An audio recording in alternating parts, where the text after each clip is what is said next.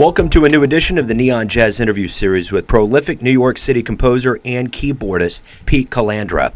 He has a new 2022 single called Neptune Beach, and it's a very needed, upbeat, funky piano-driven track that is a mix of both contemporary and retro.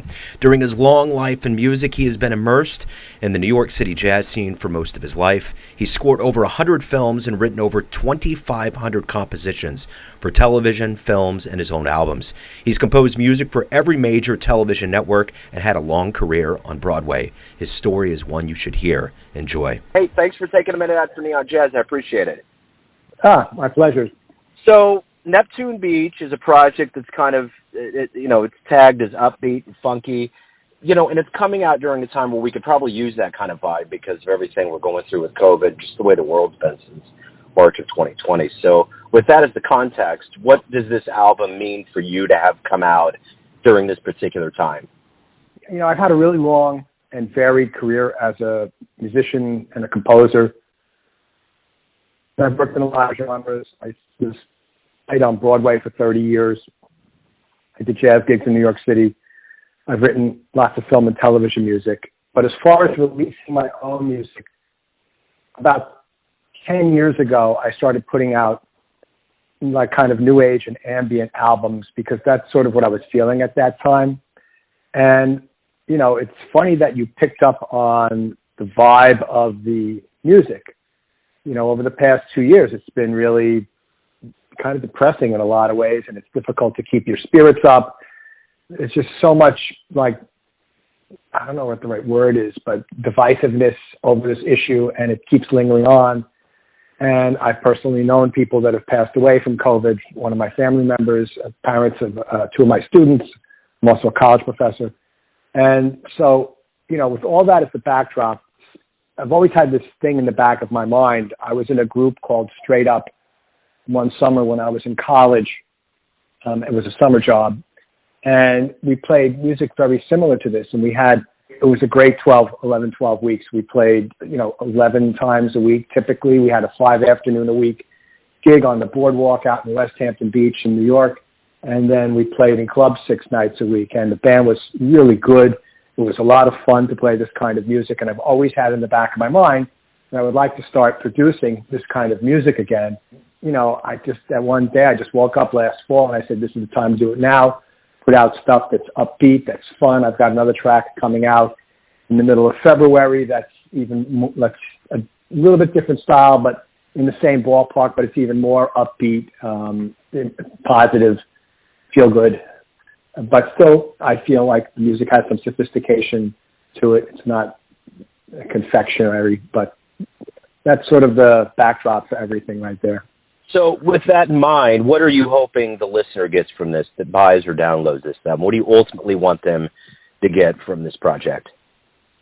I want them to just have music that they like, that's easy, that's accessible, but yet sophisticated, makes them feel good. Just people listen to this and get excited to listen to it. It's definitely in direct contrast to the more ambient stuff I put out, which is much more about relaxation and beauty. And, there's some orchestral music too, but this is definitely like tap your foot, put it on, and just make you feel happy. That's basically where I'm going right now. I feel like there's a need for that right now. I mean, there is music that makes you do that, but I'm feeling there's a need for me to create product like that. And I still have some other stuff coming out that I've been working on that's more in the ambient new age genre, but I'm going to be releasing fairly regularly for the foreseeable future music under this title, the Straight Up project.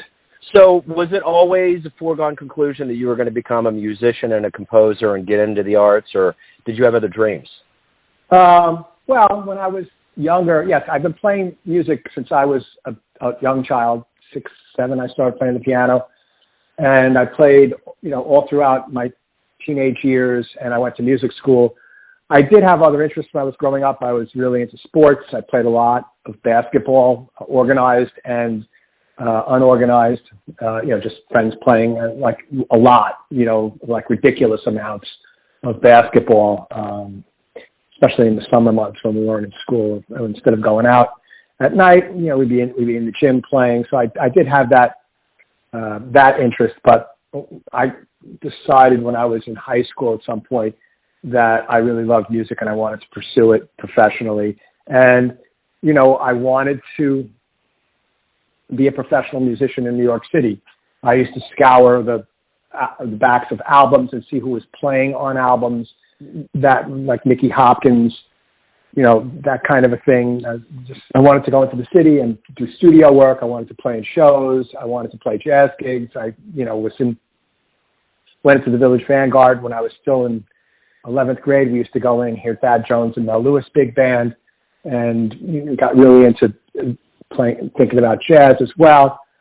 And, for the most part, I did a lot of that. I didn't do as much studio work as I wanted to do because by the time I got good enough to do that stuff, the scene had changed and it was a lot more programming kind of work. And I didn't really want to sit around programming a string sound on a Prophet for some other keyboard player.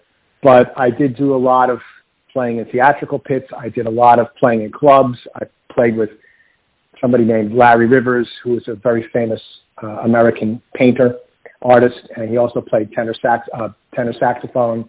And I played in his group for 15 years in the city and out in the Hamptons, and also we would play at art museums when he'd have a show opening. And we also did stuff. We played with Allen Ginsberg. We played with Don Cherry.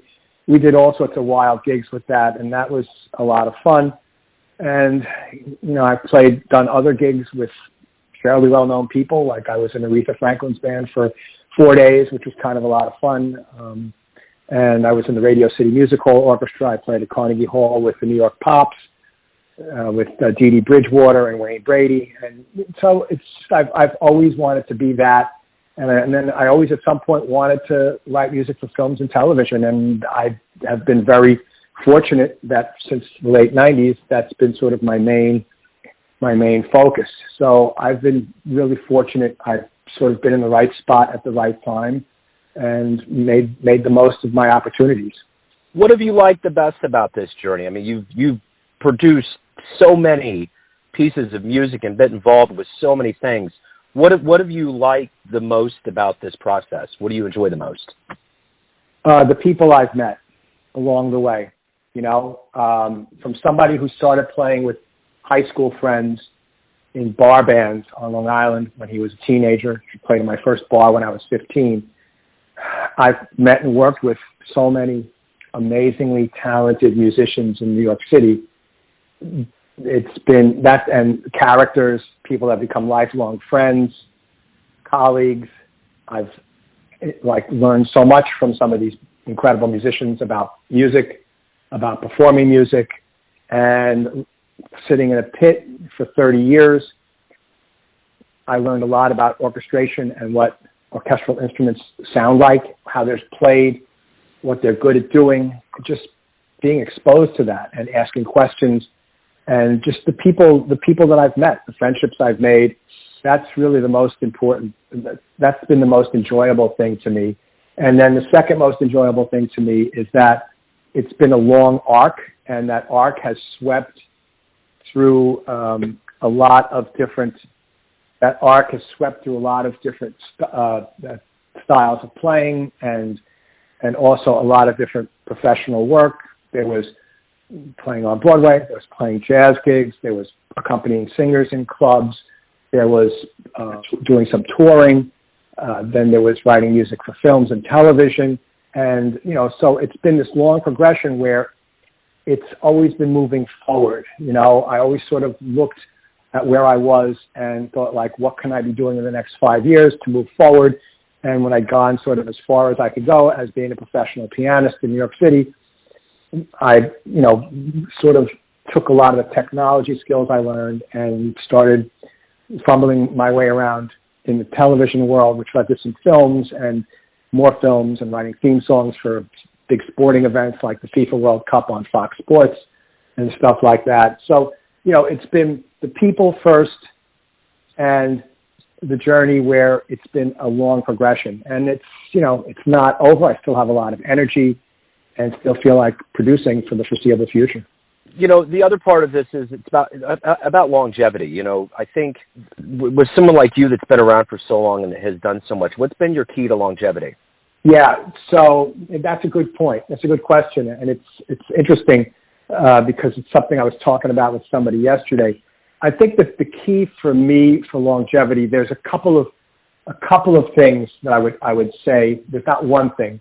The first thing is to always grow your skills. So always be learning new skills, always be getting better at what it is you do, develop new skills. That's the first thing. Learn how to work well with others, be pleasant. If you're networking with people, a lot of people think that networking is, I'm going to meet this person and they're going to do something for me. And my attitude is, no, I meet this person, they have projects. How can I make their life easier? What can I do to make it easier for them to finish their projects? That's sort of my whole vibe with writing music for film. Is my job is to make the director and the producers look good, and whatever I can do to help them out, that's what I focus on, and that's a big part of it. Always look ahead and try to see what's coming, because the world is changing, right? When I started playing around with music technology in the mid-'80s, I didn't think that I'd be learning the computer as an instrument in the 2000s, but once I got a computer in the mid-'90s, I was, learning how to work it and record and sequence and do all that stuff. But it's just really just taken over music creation, and it's allowed me to move forward.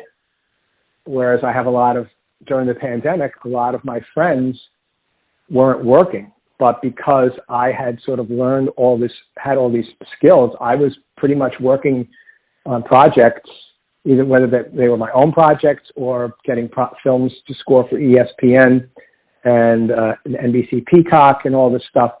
I pretty much worked all the way through. And, it was because I had looked ahead and, moving forward, because a lot of people, they learn how to play an instrument and then they just spend their lives getting gigs playing that instrument.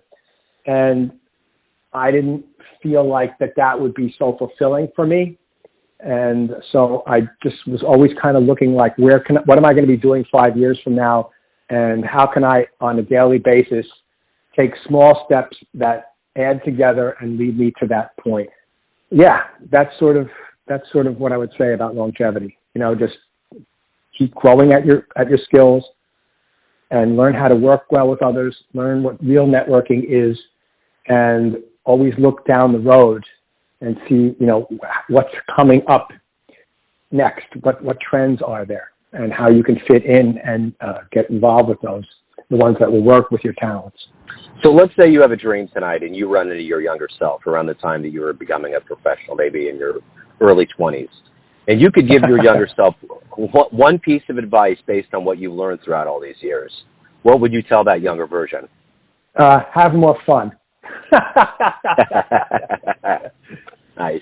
Right? Because there have been many times where everything's been so serious.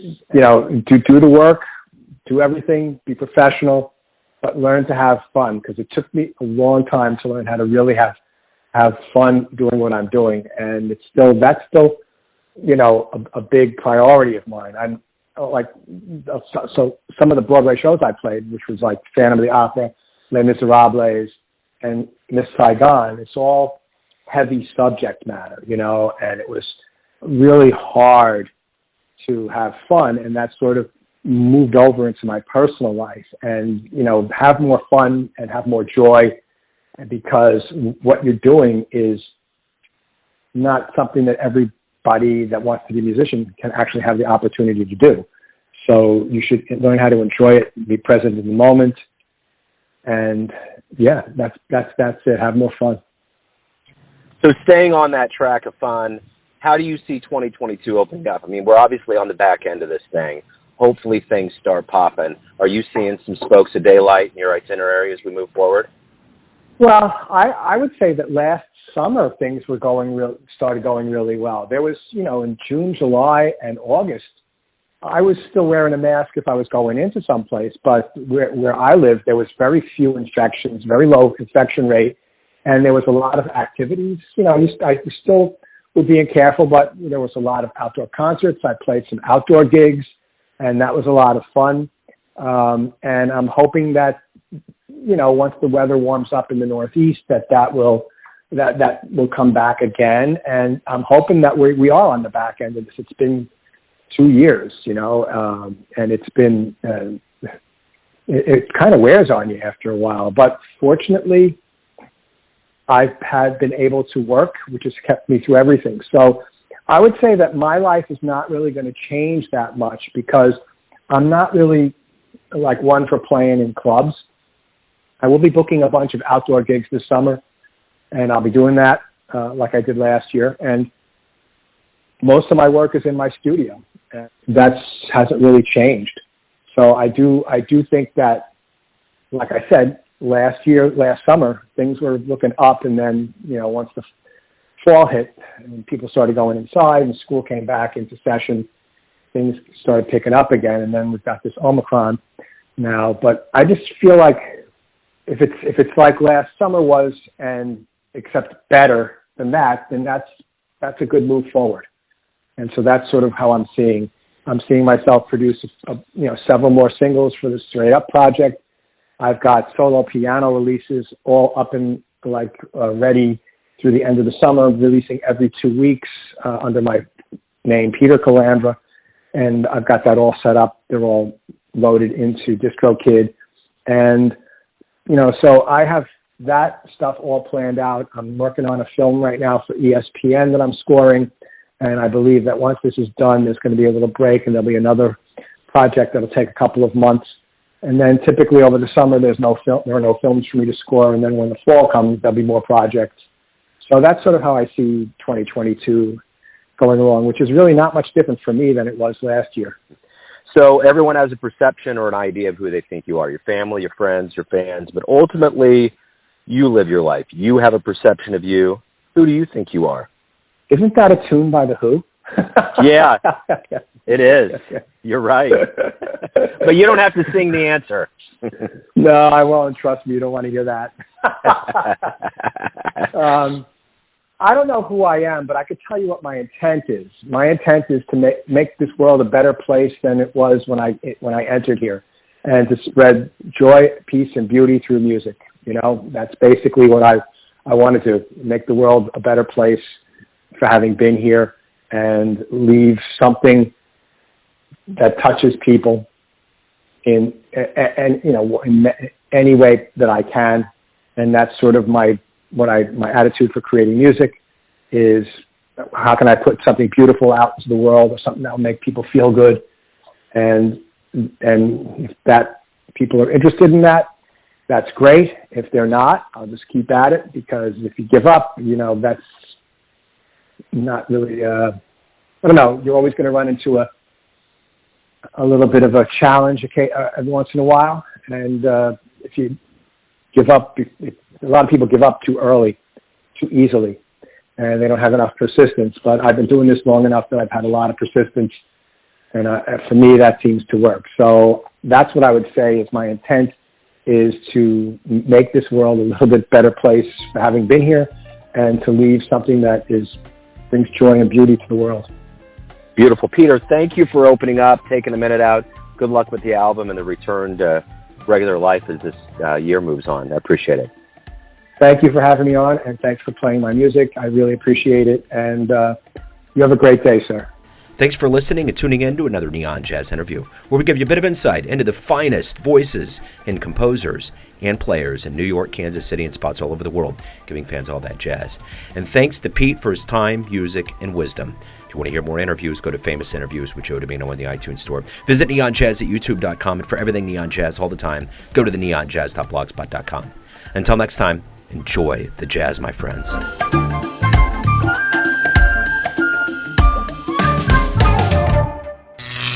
Neon Jazz.